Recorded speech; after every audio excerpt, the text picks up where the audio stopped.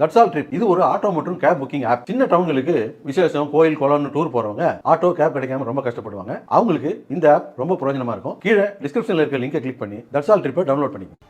ஈரோடு மாவட்டம் சுண்ணாம்பு ஓடை பகுதியில் கனிகா என்பவர் மீது சுற்றுச்சுவர் இடிந்து விழுந்ததில் அவர் படுகாயமடைந்தார்.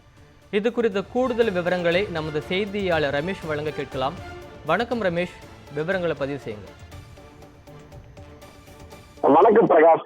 ஈரோடு அருகே வீட்டின் அருகே அமர்ந்திருந்த போது எதிர்பாராத விதமாக சுற்றுச்சுவர் இடிந்து விழுந்ததில் படுகாயமடைந்த +1 மாணவி சிகிச்சை பலவேந்து உயிரிழந்தார். இச்சம்பவம் அப்பகுதியில் பெரும் சோகத்தை ஏற்படுத்தியுள்ளது. ஈரோடு சுண்ணாம்பு ஓடை என் தண்ணீர் பந்தப்பாளர் பகுதியைச் சேர்ந்த விஸ்வநாதன் தறி தொழிலாளியான இவருக்கு பத்மா என்ற மனைவியும் கனிகா என்ற மகளும் பரணி என்ற மகனும் உள்ளனர். இந்த நிலையில் கனிகா பெரிய அகரகாரம் அரசு மேல்நிலைப் பள்ளியில் 11ஆம் வகுப்பு பயின்று வருகிறார். இந்த நிலையில் நேற்று மாலை கனிகா தனது வீட்டின் அருகே உள்ள சுற்றுச்சுவரை ஒட்டி அமர்ந்து கொண்டிருந்தார். அப்போது எதிர்பாராத விதமாக அந்த சுவர் திடீரென கனிகாவின் தலை மீது விழுந்தது. இதில் அவர் படுகாயமடைந்தார். பலத்த காயமடைந்த உயிருக்கு போராடினார். அக்கம் பக்கத்தினர் உதவி